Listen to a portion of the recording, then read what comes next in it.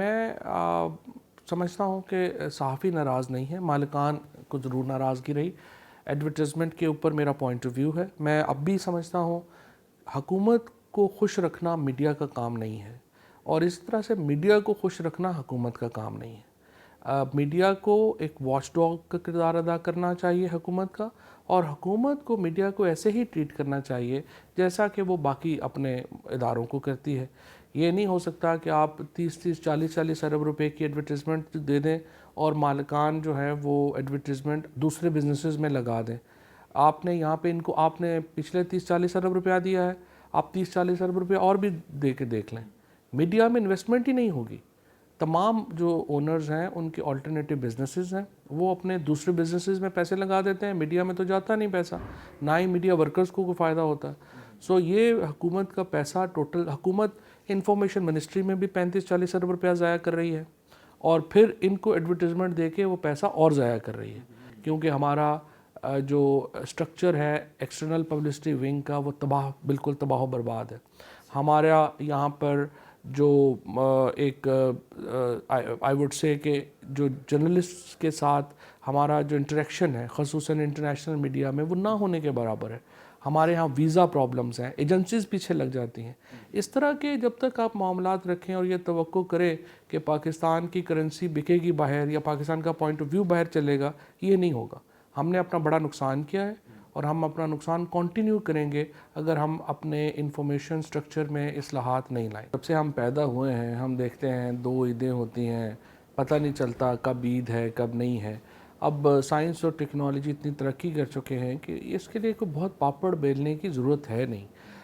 لہٰذا ہم نے یہاں ministry of science and technology میں ہماری جو اسپیس ایجنسی ہے، اس کے ساتھ ہمارے اسپارکو کا ادارہ ہے، میٹ ہے، ہمارے اپنے سائنٹسٹ ہیں، ان کو اکٹھا کیا اور ان کو ہم نے یہ کہا کہ آپ چاند کی موومنٹ کے حساب سے ایک ایسا کیلنڈر دیں جس کے بعد ہمیں عید کے لیے، محرم کے لیے، باقی معاملات کے لیے ہر دفعہ اتنے بڑے پاپڑ نہ بیلنے پڑے۔ اور الحمدللہ اس کمیٹی نے بڑا اچھا کام کیا ہے، بہت زبردست ڈیٹا تیار کیا ہے، اور اس کے مطابق اب ہم نے وہ جو کیلنڈر ہے وہ تیار کر لیا ہے۔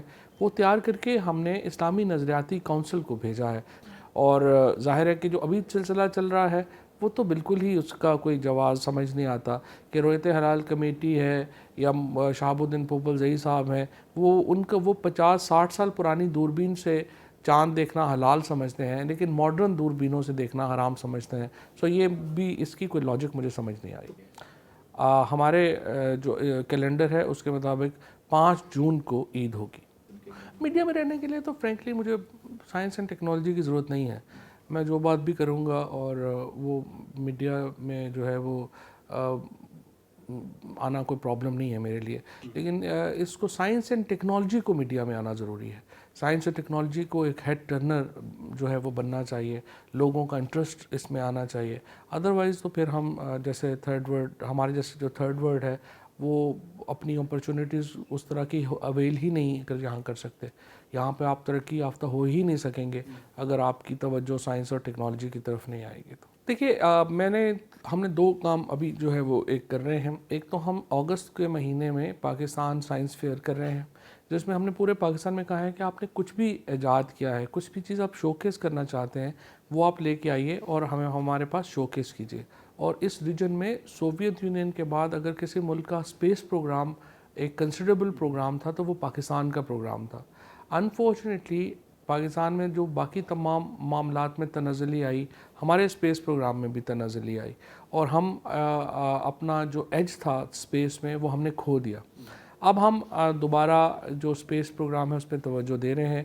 2022 میں ہم ایک چائنا کے ساتھ ایک ہمارا پہلا ایک اسپیس مشن جو ہے وہ بھیجنے کا ہمارا ارادہ ہے، لیکن الٹیمیٹلی ہمارا جو کوشش یہ ہوگی انشاءاللہ کہ اس کو ہم افیکٹو بنائیں، اسپیس پروگرام کو اس کو ری انوینٹ کیا جائے، اور اس میں مزید جو، کیونکہ دیکھیے اگر ملک جو ہیں انہوں نے ترقی کرنی ہے تو space science is another area جس کو وہ اگنور نہیں کر سکتے،